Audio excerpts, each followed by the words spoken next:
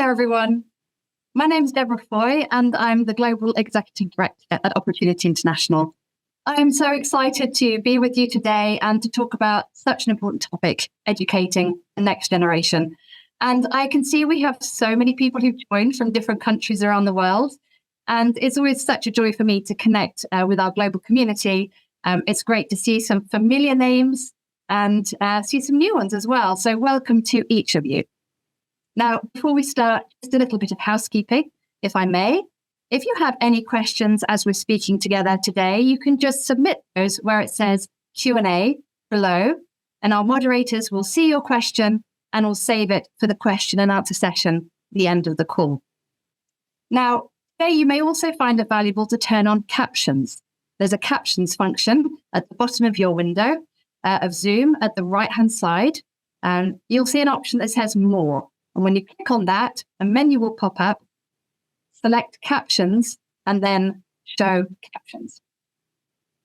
We are so grateful that you're here today, and it's because of your commitment to both of our clients and also, I imagine, your curiosity about what it means to transform the lives of children in areas where quality education is just out of reach. When we ask our clients about their dreams, one of the most common answers is that they want to send their children to school. And I think this is a universal truth shared by all parents, to give their children the best possible future. Opportunity International started investing specifically in the education sector back in 2009, because we knew that a good education was the most critical factor to breaking the cycle of poverty for children. If we're going to end extreme poverty in the world, we have to start with its children. Yet, even though the impact of education is widely known, there still remains a really enormous gap in our ability as a global society to fully educate our children. 244 million children are out of school, and around 350 million are in school but are not learning. So I'm really excited about our conversation today. We're going to hear how Opportunity International is really revolutionizing what it means to get a good quality education in a low-income community. So for some introductions. Firstly, I'm delighted to be joined by Opportunity's Head of Education Finance, Andrew McCuscker, along with Andrea Camacho, who is Senior Education Specialist in Colombia, as well as Miriam Maina, an Education Specialist in Kenya. Now, I know we're all excited to hear from our very special guest, Fridah Wesa, who is the school owner and head teacher of the Gift of Hope Learning Centre in Kenya. And Fridah is going to bring us an inside look at what it means to partner with Opportunity. No doubt you'll have lots of interesting questions along the way, so please do pop those in the Q&A box at the bottom of your screen, and we'll come to those at the end of the session for a short Q&A. Now, to kick us off, I'd like to start with Andrew, who's been leading our education finance program at Opportunity for nearly 7 years. Andrew, would you mind telling us a little bit about our education work for listeners who perhaps aren't as familiar with Opportunity? And then I'd really love to hear some of the exciting advancements that have been taking place recently for both students and for teachers. Thanks, Andrew. Sure, thanks, Deborah, and thanks everyone for joining. The Education Finance Program at Opportunity International exists to get more kids into better school. And the program's been addressed or designed to address both of the key challenges, being the lack of access and the lack of quality. As Deborah mentioned earlier on in the call, we still have millions of kids who right now or today are not in school and should be, and even more who are sitting in classrooms when they're not learning much when they're there. The Education Finance Program has been designed to address the access issue by trying to crowd in local private investment into underfunded education systems. We realise that a lack of funding is one of the reasons that there are so many kids sitting out of the classrooms. The way that we do this is that we build partnerships with local financial institutions, and we provide them with technical assistance and sometimes with capital to allow them to launch education loan products. And by that, we mean provide loans to schools to allow schools to build new classrooms, to build washrooms, to build dormitories, and to buy things like school buses and IT equipment. And also to provide loans to parents to pay for school fees to stop kids from dropping in and out of school when families have lumpy or seasonal household income. We combine that access to finance for schools with an education quality program, which Andrea and the team will spend a little bit of time talking about later on in the call. Before we do, just to cover a few of the highlights from last year. So on the financing side, we had an extremely strong year in that we're able to convince a large number of new financial institution partners to join our program and start actively lending and investing into the education sectors in their markets. Last year, we added 50 new financial institutions who cumulatively invested more than 36% more capital than they did the year before. On the funding side, we were pretty excited to win our first very large award from USAID to fund a 5-year project in northern Ghana to effectively help increase the supply and demand of schooling in that market. That was a pretty big milestone for our program and one that we're busy executing at the moment. And probably most importantly, through the capital dispersed in the education quality work, we're able to reach about 1.9 million new students with our work. And so in the history of the program, that takes us to a little over 13 million, which is something that I think we should all feel pretty proud of. One of the other things that we invest in pretty significantly within the education finance program is on our monitoring, evaluation, research and learning. We do this for a number of reasons, but one of the most important is it helps us to guide our program strategy and budget allocation decisions. I just wanted to share a couple of interesting research findings that we had on the quality side over the last year. Firstly, a number of you will be aware that through the education quality program, we ask schools to complete a self-assessment using a tool that we've developed internally called Pathways to Excellence. For the last few years now, we've seen increasingly a large number of schools making significant improvements in what we call holistic school development across a number of important domains that are linked to both improved learning outcomes for students, as well as to improved operational and business performance of the low-cost private schools that we work with. But perhaps more recently, and certainly more excitingly for most of us in the education finance program, particularly those that have been working in the education quality program, like Andrea and Miriam, who you'll meet later on in the call.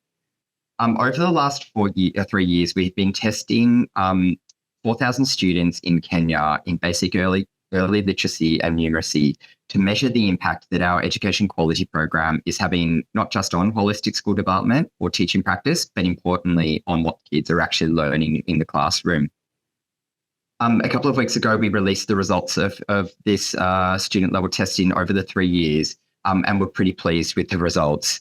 Effectively, what we found is that students that were seated within schools that participating in our education quality program added an additional quarter of a year of learning gains over that 3-year period versus those that didn't.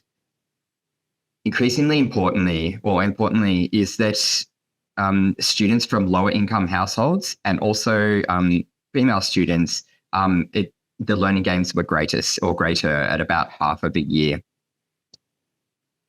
Today, I thought instead of hearing from me on the webinar, you could hear from some of the other people in our team who are closest to our work.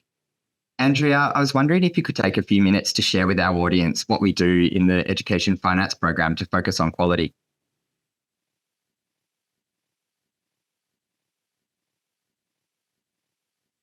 Thank you, Andrea. And hello to my donor family. It's a privilege to share this moment with you. I want to express our deep gratitude for all you do to make our world a better place. Thank you very much for your legacy of love and service to the world. And you talk about how getting access to financing is a critical piece of making sure we can get children in schools. But the other side of our work is ensuring that those are excellent schools, equipped to foster learning, personal growth, and skills needed for a successful future. For the last 7 years, I've worked as an education specialist in low-income schools in Colombia. During this time, I've witnessed the impact of our program in changing paradigms, modifying belief system, and empowering self-management as a transformative force in our communities. We have done this through four fundamental components that address key challenges in education system. Number one, social transformation.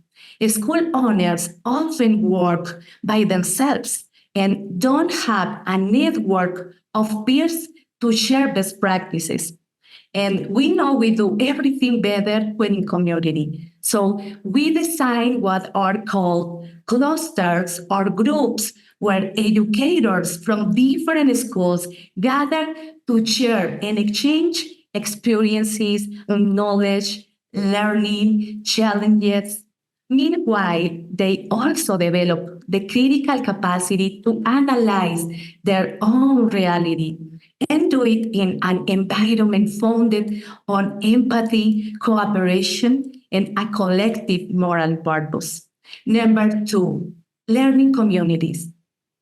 Our school leaders have a variety of backgrounds and regularly receive professional development to work on the skills necessary to run a sustainable school or be the best leaders they can be. For this reason, we promote continuous learning by training them in business and financial management. We emphasize the development on interpersonal and interpersonal skills, as well as assertive communication and conflict resolution abilities. Number three, improving the quality of education offered.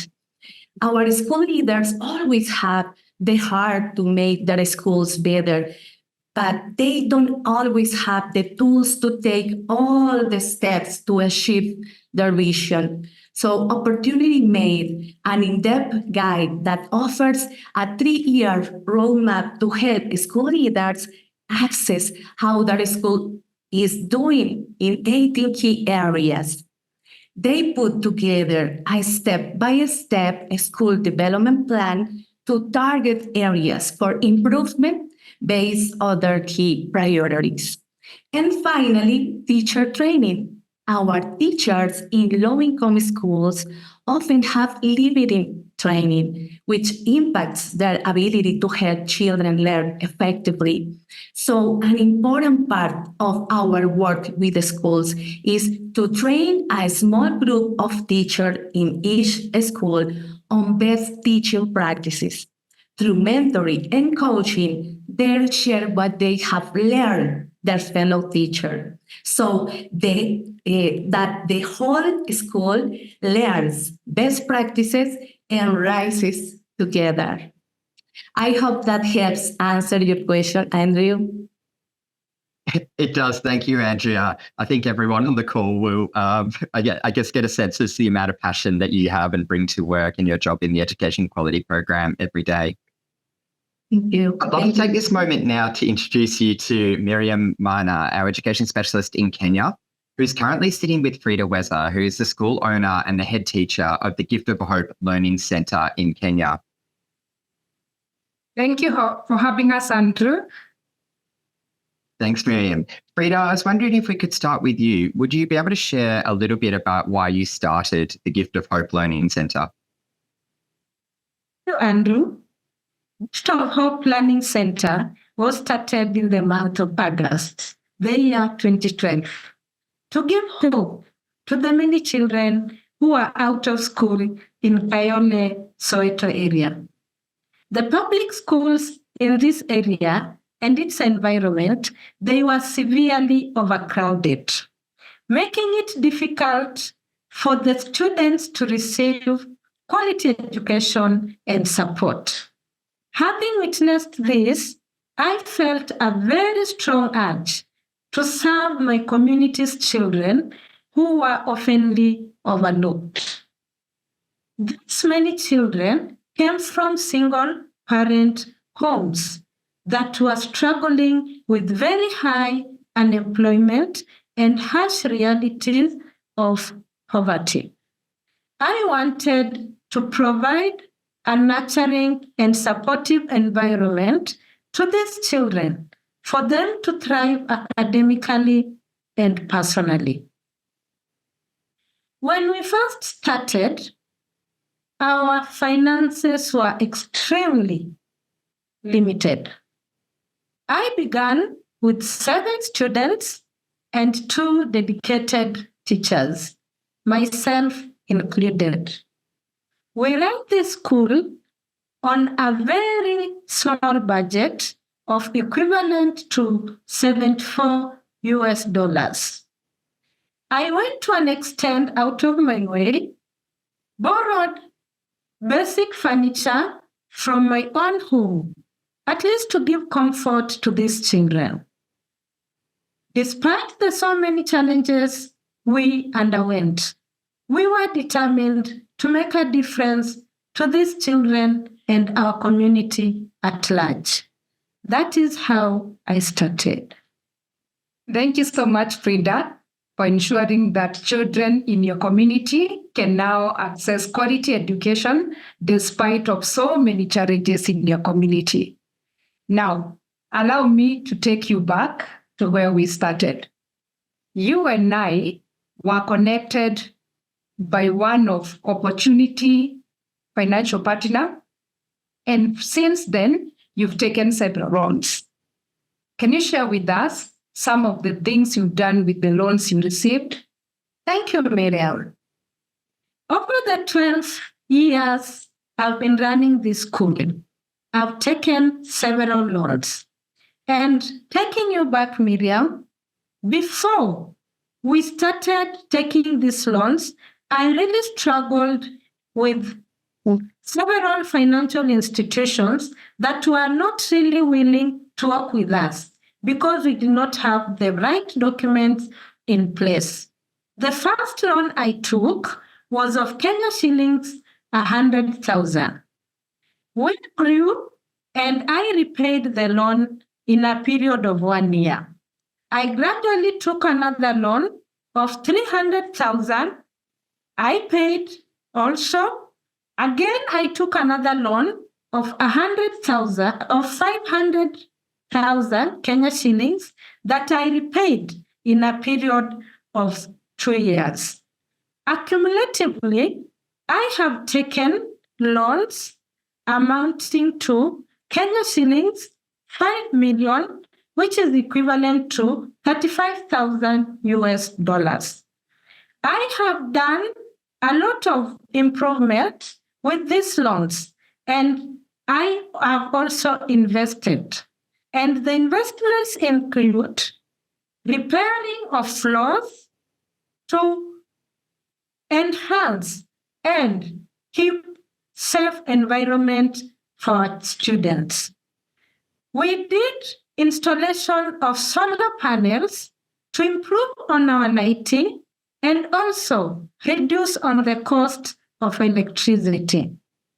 We also did buy the water tanks to help us in storage and also for safe drinking water. One major significant improvement and investment that we recently did was acquiring additional land to help us expand the facility and accommodate older children and especially the junior secondary who are locked out because of space. And that is how I utilize the loans. That is great, Fridah. You and your team have done so much to expand the school's capacity and more so to improve the infrastructure. That's something that is very evident. Now, you and I were introduced because there were so many issues your school was still struggling with. Can you highlight some of those issues? Thank you. Having significantly improved so much on physical infrastructure, the school struggled with overall functioning of the school. The overall school management had a problem, and especially the finances. Miriam, if I can take you back, our finances were in a mess. I did not have the knowledge of keeping the records in place. Taking you back and telling our partners how it was and how I used to do it, I am an early riser, and I will report to work very early, do the collection and receive cash money. Do impulse buying at the end of the day. As I walked home, I would buy anything that my mind and my eyes settled on. Miriam, at the end of the day and at the end of the month, I really struggled with payment of teachers, payment of rent, and retention of teachers. Definitely, I could not retain my teachers. This school efficiently was a very big problem. And also, managing of parents, teachers, learners, and the community at large. While I maintained a positive school culture, was not possible. Again, I could not maintain the teachers. The way I approached my teachers was really not the right way. At some point, I could shout at them, and shouting at them wasn't the right way. And that is because I really, and I'm really grateful for you, Opportunity International, and to you, Miriam. Thank you so much. Thank you so much, Fridah, for reminding me about your finances. I remember how they were in a mess. And I hope today you give yourself a big paycheck, right? Yes. Thank you so much. And now, our financial partners introduced your school as one that would benefit from our 3-year EduQuality program because of all those issues you've just shared. When we started working together, one of the things we did was to complete a comprehensive school self-assessment to identify the areas you wanted to improve your school on in our journey together. Can you highlight some of those areas? Of course, I identified 3 key areas to improve on. And the first one was enhancing parental and community engagement. The second one was improving our finances and business management practices. And I can repeat again, our finances and records were not in good shape. I did not have the knowledge of compiling and putting them together and ensuring I have the right records. The third one was building a clean and safe environment for our students. Actually. Thank you so much, Fridah. All the areas you have listed are very important for the long-term success of the school and also the sustainability.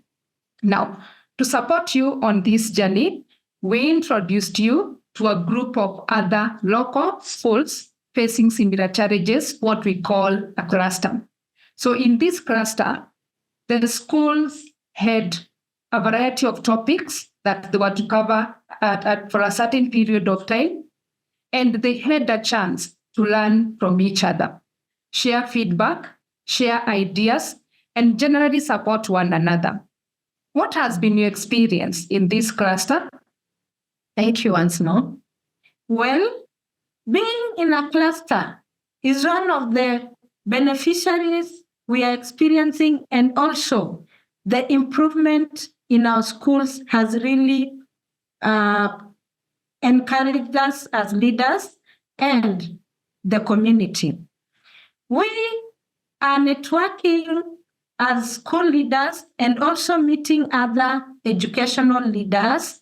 We are sharing ideas and strategies, and this has really created the bond amongst ourselves. We are benchmarking and also ensuring we meet other cluster groups to empower ourselves. Personally, it has improved my confidence, and today I'm running the school confidently and smoothly. Furthermore, the cluster has really improved our relationship. Currently, we are working on a program whereby we are visiting our rural families. And for the past 1 year, we've gone around, and I'm looking forward to being visited this August.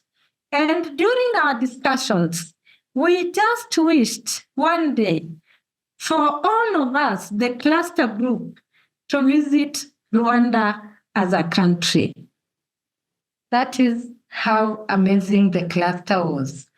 I also want to talk about the teacher mentorship program. This was a prayer answered. Personally, when my teachers before training, they really struggled with curriculum development and lesson planning. I'm so grateful to you, my partners, to Opportunity International, and to you, Miriam, for working alongside me and the rest of the cluster to ensure our teachers are trained. Through my observation today, I can confidently tell you that my teachers are delivering the lessons. They are confident, and on their behalf, I want to thank you greatly for the improvement. And also this goes to our learners and the community. Back to you. Thank you, Fridah. You are in one of the most active clusters. And one thing that really stood out was the collaboration, the teamwork, and the support. And I'm so happy to hear that you have a vision to visit Rwanda. So I didn't know about that. So good to let me know.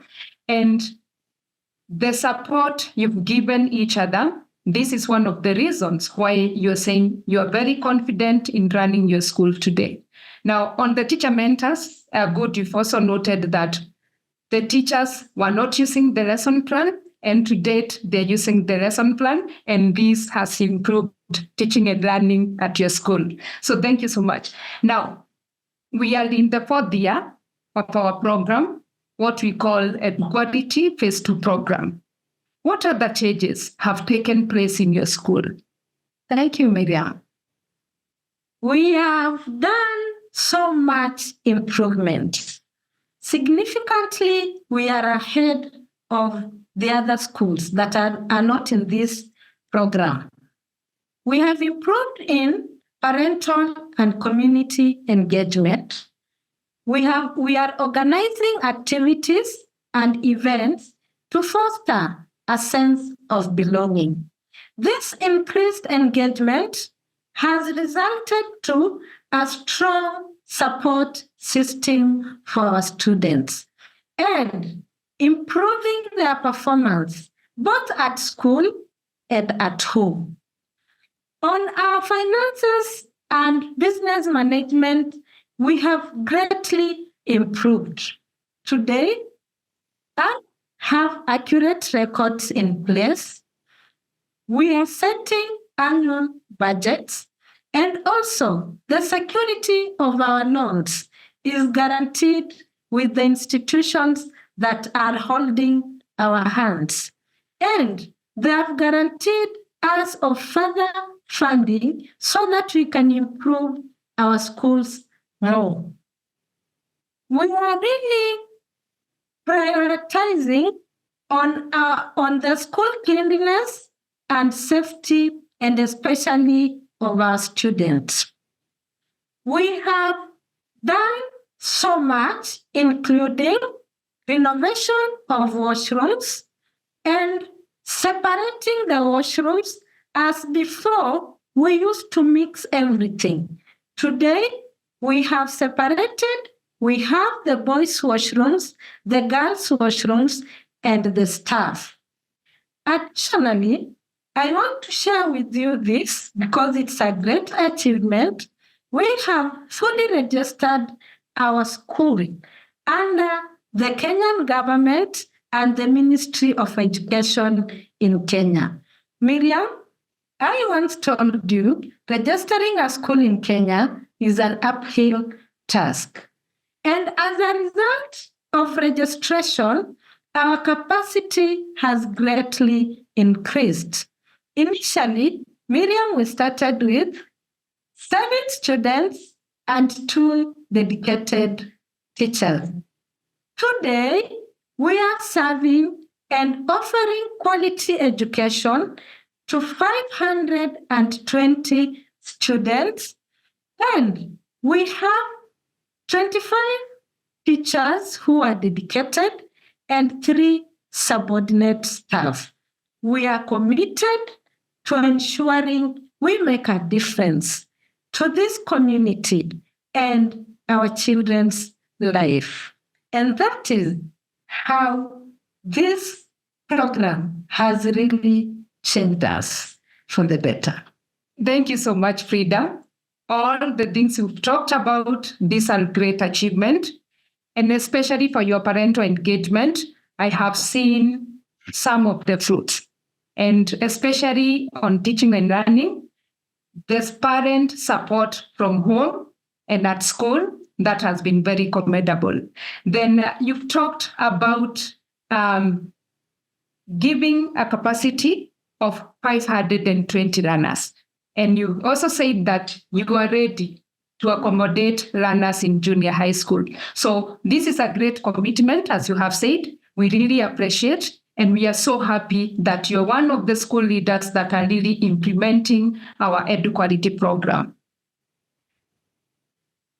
Now, isn't this a great gift and hope to the learners at Gift of Hope Learning Center? Thank you so much, Fridah, for sharing your story with us. Back to you, Andrew. Thank you, Fridah, and thank you, Miriam. Fridah, it was so great to hear your story, and particularly the growth of the school from 7 students to 540 now. As we close this section, I just wonder if I can ask a more personal question of you. It's clear that through Gift of Hope Learning Centre, you've had a really large impact on your community, but I just wonder about what you dream of for yourself and for your family. Thank you, Andrew, once more. My dream is to see Gift of Hope Learning Center enroll, serve, and make a difference to many children in this community, their lives, and the community at large. To my family, I'd love to assist my spouse in providing for our children, split school fees smoothly, and especially to our daughter, who is studying education in Kenyatta University here in Kenya. Thank you. Thank you for sharing that, Fridah, another educator coming through the family. Thank you both so much for joining us on this webinar. I believe that we're moving on to a Q&A portion of the call. And so if you've thought of any questions for Fridah, Miriam, Andrea, or myself, please feel free to drop them in the Q&A box and we'll see how many we can get to. Thank you, Andrew. And Fridah, that was just really inspirational to hear your story. We have had a lot of questions come in, so I think we'll make a start. And perhaps I could ask you, Fridah, one of the questions is around how your school has changed your community. Could you perhaps comment on that, the impact of the school on the community that you're serving in? My school has changed the community positively. Today, the community is not struggling so much with drug abuse, early marriages, and early pregnancy in girls. And they're so grateful for that.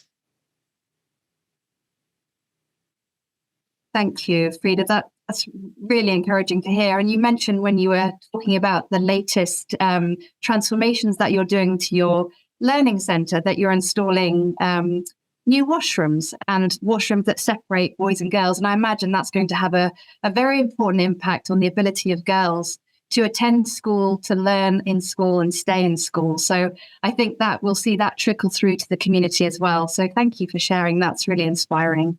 Perhaps actually a question for Andrew, if I may. We've heard the experience of Fridah, and one of the questions we've had come in is whether that's a typical experience for an Opportunity EduFinance client in your experience, over the last 7 years? And maybe if Andrea wanted to comment as well from Colombia. So yes, is Fridah's story a typical one?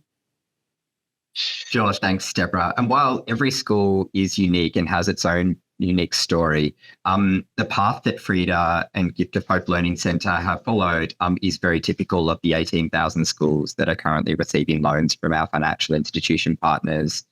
In that most schools, in the same way that Fridah's did, have started with a proprietor who sees the market opportunity in their community and opens a school, often very small, and then over time can raise capital from financial institutions to build out the physical infrastructure of the schools.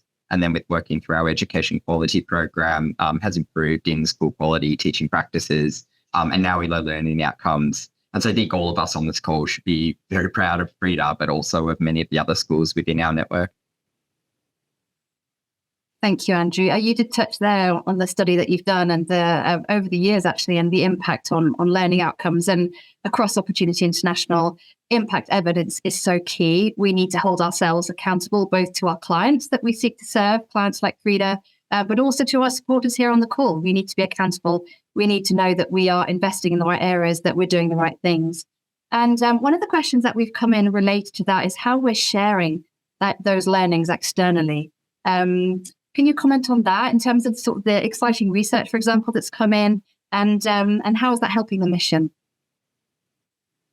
Thanks, Andrew. Yeah, great question. And so we realised that we can't close the education deficit ourselves. I think all of us on the call should be very proud of the progress that this program has made in reaching more than 13 million students since inception.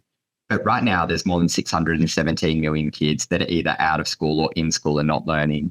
And so for we as an industry to do a better job of getting all kids into the classroom and effectively learning, we need other actors coming on side of us to improve both the access and quality issues for children. One of the ways in which we can do that is by drawing on our learnings through running a program of this scale across so many markets and different communities and sharing those learnings into the public body of knowledge. All of the key findings that we have, we publish for external consumption. They're all on our website. And we spend a lot of time presenting at industry conferences, academic and to funders as well, in the hope that we can build momentum around this as a pretty effective way to get more kids into better school quickly. That's great, Andrew. Thank you. And I'd really encourage the supporters on the call to dig into some of those resources. They're all online. That's really helpful. Thank you. Fridah, if I may come back to you in Kenya, we've had one of our supporters ask a question about the rains and the flooding that have been happening in Kenya, and how are schools like your school, others in your community, coping with those challenges in terms of weather events, maybe even climate change? Could you comment a little on that, Fridah? Thank you so much. It's so unfortunate the flooding came and it affected so many of our schools. But fortunately, our school was not affected. But in the neighboring, some of the schools were affected, and the government of Kenya has really gone further and tried to rescue most of the schools by supporting them. Those that are in dangerous areas and especially low areas, they have been moved to higher areas. Some of the schools are also being provided with food by the government of Kenya. As teachers, we are doing the best and making sure we prioritize safety and ensuring that learning is improving in this school, despite the so many challenges of flooding. But currently, we thank God that it has come down and we are normal. The rains are not there. Thank you. Thank you, Fridah. Miriam, do you have anything to add to that with your experience? Yeah, thank you so much. Yes, the experience is we had some of the schools affected. And as Fridah has said, we had all education stakeholders coming together. Number one, they had to assess the situation. And now we are also talking to the schools in our program and guided them on some of the things that they needed to do. So we had a whole week of coming up with information on how they can do during the school closure, how they can engage their parent during the closure, during it was 2 weeks closure, and also how do they engage the parent? Because when the floods happened, all of us, we were in panic. So at the moment, we were so happy the schools opened this week on Monday, and I'm happy to report that all our school in EduQuality program are back, and we are going on with our program. So thank you so much for that. That's wonderful. And yeah, congratulations for continuing to provide education in the context of crisis. That's really challenging. We're running out of time. I just want to have one question, if I may, for Andrea. And I'll say it in English and then quickly translate into Spanish for Andrea. It's around the use of technology. And we hear a lot about technology changing education. And the question is around, do the schools that you work with have reliable electricity? Do they have internet? Do teachers have phones, even smartphones? Andrea, ¿podría comentar qué tendrá, por ejemplo, un colegio en Colombia con la que trabaja su equipo en términos de electricidad o tal vez acceso a internet? ¿Tienen teléfonos smart, por ejemplo? And if you'd like to have a go at answering in English, that would be wonderful. I can step in if not. Thank you. Thank you, Deborah. Yes, thank you for your question. All our resources are adapted to educational policies and contexts of each country, according the curriculum of each country.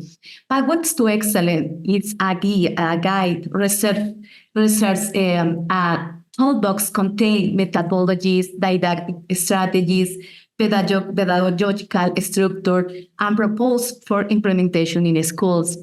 All our resources are available in both physical and digital platforms, and our directors or school leaders always have developed many technologies skills. The program offers tablets and for accessing of our resource. Everyone, yes. That's wonderful, Andrea. Really encouraging to hear how you're using technology, adapting technology where it's available to really ensure that we're reaching that last mile and those children who are most marginalized. So thank you so much. We've just had one question that we can come to before we close, and I'd like to come back to Andrew, if I may. This question has come in asking Andrew about your 5-year vision for EduFinance for schools, for marginalized schools, low-income communities. So in a nutshell, in perhaps just a minute, would you be able to comment on that vision, please? Thank you. Yeah, sure. Thanks, Deborah. And so through the life of the program, we've got some pretty strong evidence that what we're doing on the financing side is improving access to education. And now the work that Andrea, Miriam, and all of their colleagues in the Education Quality Program are doing to improve school quality and ultimately learning outcomes for students. But here's the challenge. We have about 1.3 million low-cost private schools like Fridah's schools in low and middle-income countries. In the history of the program, there's been loans to disperse to about 51,000 of those 1.3 million. And so there is just so much wide open space in this market for us to grow the program, to get more capital invested into more low-cost schools, and to work with the schools to improve quality over time.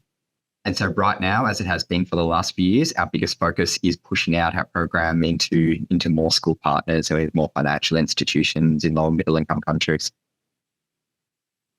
Thank you, Andrew. I think, as you've expressed, the need is great. It's just so wonderful to hear, for example, from Fridah of her experience. And let's see if we can help replicate that across thousands more schools if we can access the resources. Thank you. Thank you so much for that.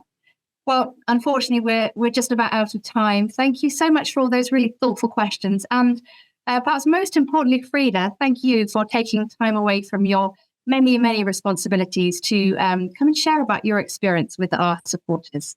Thank you, Miriam, Andrea, Andrew, and thanks to each of you, our guests, for joining us to see the changes that you are making possible.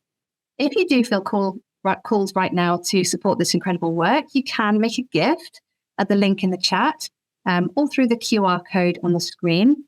And do feel free to reach out to Opportunity Contact to learn more. as I listen to Fridah, I'm convinced that the future of education for children living in extreme poverty will be determined by dedicated supporters like yourselves and dedicated professionals like the ones we have here on our screen. So really, from the bottom of my heart, thank you for being part of this important community and have a great rest of your day. Thank you, everyone.